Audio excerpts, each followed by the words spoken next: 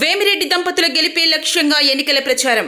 నెల్లూరు జిల్లా కోవూరు నియోజకవర్గం విడవలూరు మండలం బూటుకూరు పంచాయతీలో రామిరెడ్డి విజయ్ భానురెడ్డి మరియు బెజవాడ వంశీకృష్ణారెడ్డి ఆధ్వర్యంలో కోవూరు ఉమ్మడి ఎమ్మెల్యే అభ్యర్థి వేమిరెడ్డి ప్రశాంత్ రెడ్డి కుమార్తె నీలిమారెడ్డి అల్లుడు శ్రీనివాసులు రెడ్డి సార్వత్రిక ఎన్నికల ప్రచారం నిర్వహించారు.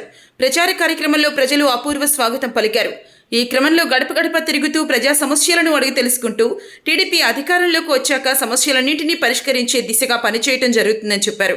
అనంతరం తెలుగుదేశం పార్టీ ప్రవేశపెట్టిన సూపర్ 6 పథకాలను గురించి కరపత్రాలు పంచుతూ మే 13వ తారీఖున జరగబోయే ఎన్నికల్లో 2 ఓట్లను సైకిల్ గుర్తుపై వేసి తెలుగుదేశం పార్టీని గెలిపించాలని ప్రజలకు వివరించారు. కార్యక్రమంలో ఉచ్చూరు సుదీప్ రెడ్డి, కుమార్ రెడ్డి, బెజవాడ ప్రదీప్ కుమార్ రెడ్డి, తెలుగుదేశం పార్టీ కార్యకర్తలు, అభిమానులు, ప్రజలు అధిక సంఖ్యలో పాల్గొన్నారు.